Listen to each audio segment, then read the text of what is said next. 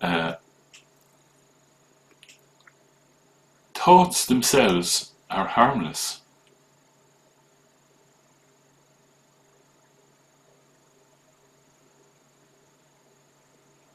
Thoughts themselves are harmless. So we have to ask ourselves the question, why do they control us? The thoughts themselves are harmless, and yet they control us. Why is that? How does that happen? It happens when we believe.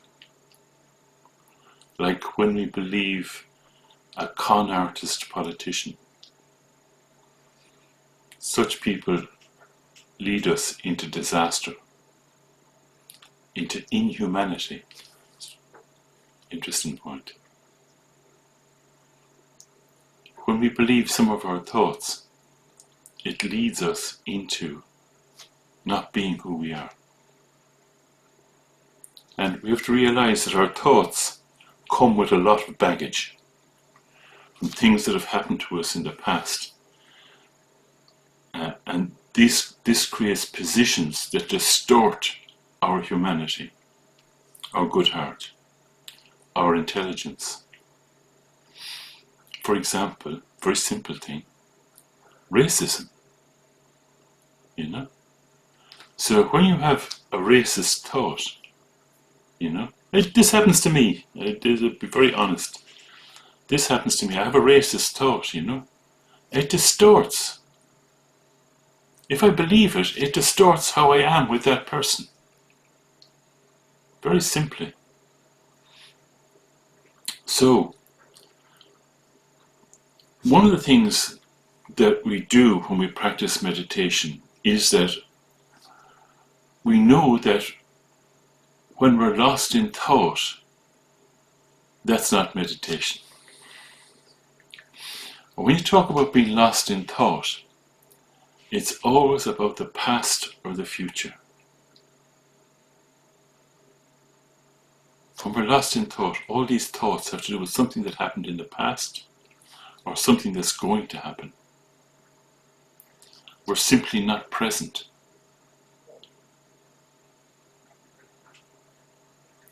So, what happens if we just see simply?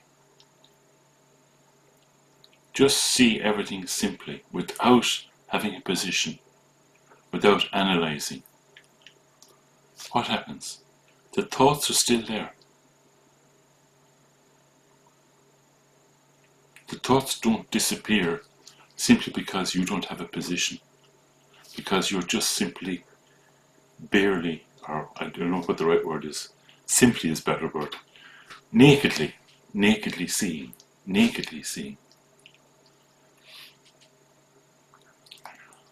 And if we don't follow after them, they cease to control us. This isn't a question of shooting the messenger. You know, like there's a famous one, you know, a messenger that brings bad news to the leader, the messenger gets shot, you know, because the leader doesn't like the bad news, you know. So it's not by that. We need to recognize that messages are just messages. Messages are just messages. Some of them are false, some of them are true, some of them are indeterminate, you know. And it is wisdom to know that they are just messages. They're just messages, not to take things at face value. So when we're simply present, that does not distort the message. To be present now, the present moment, not in the past, not in the future, in the present moment, aware, awake,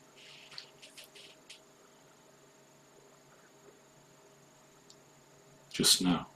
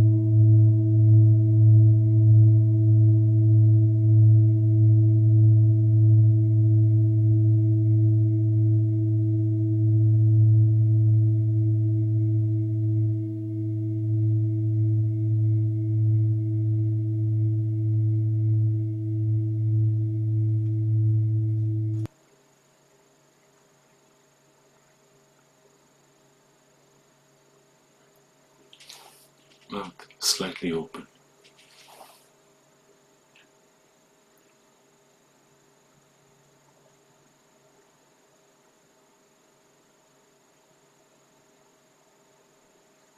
Do you notice you can hear?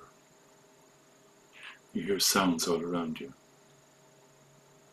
That's being present. Not very difficult. When we're present like this, without being involved in the past or the future, you can just relax. There's nothing to be done. Just relax.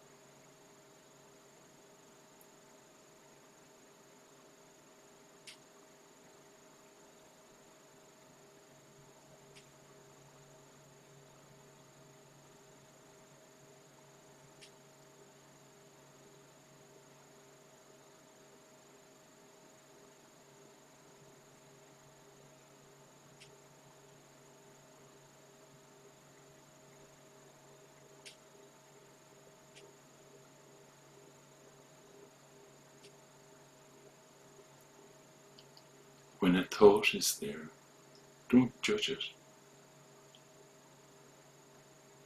It's just a message.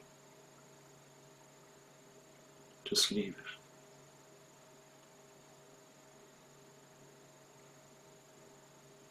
Don't think it's wrong to have a thought. It's natural. It's just a message. Just relax. Nakedly see. Can you hear?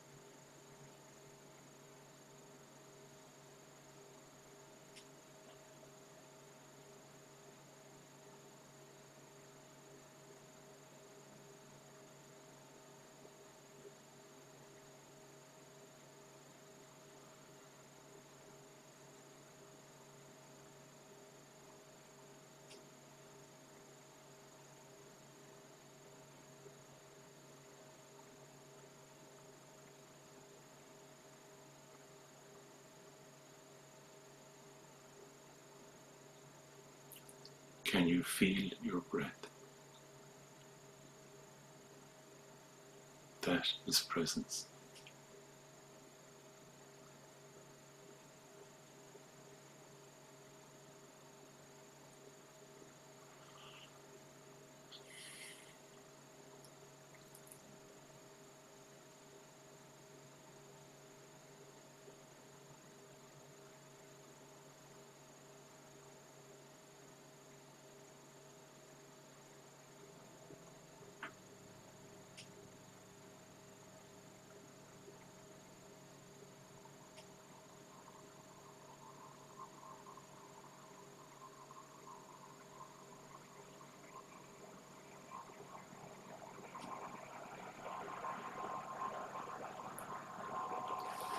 if you have a sip of tea, can you feel it?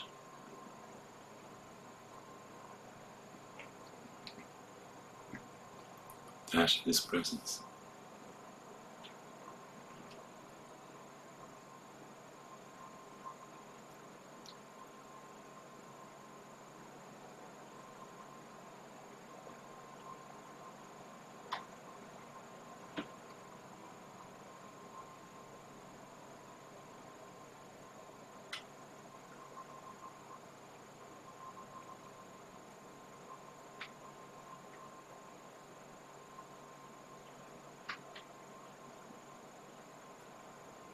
There is no need to go anywhere.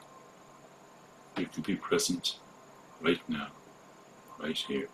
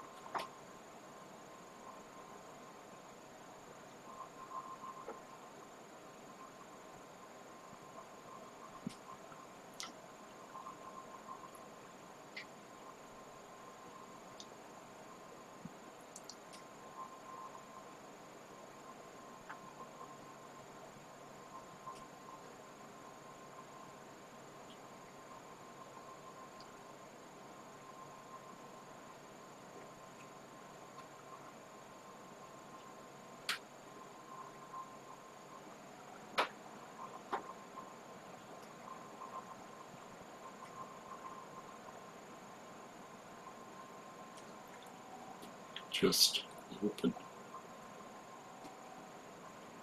No agenda.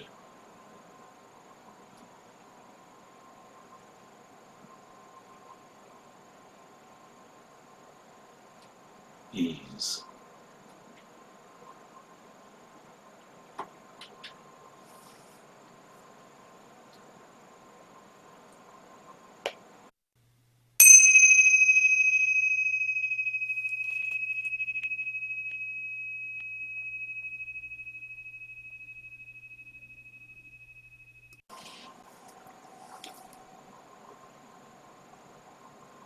So just to say that, it's quite legitimate if your mind is busy, if your mind is pulling you all over the place and you just can't relax, you just can't settle, it's quite legitimate to use a focus for your meditation. But don't overdo it, right? So you can use a focus for your meditation. It could be anything. An image of a Buddha, a leaf, this screen, my face. You with me? And you have to just this as a focus, and you try to stay present and not wander off. But you just do that a little bit, then stop and take a break.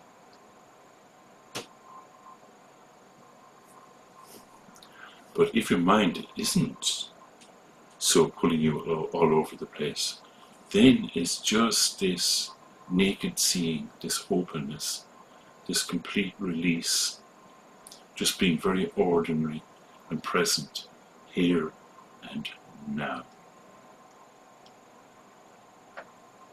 Okay?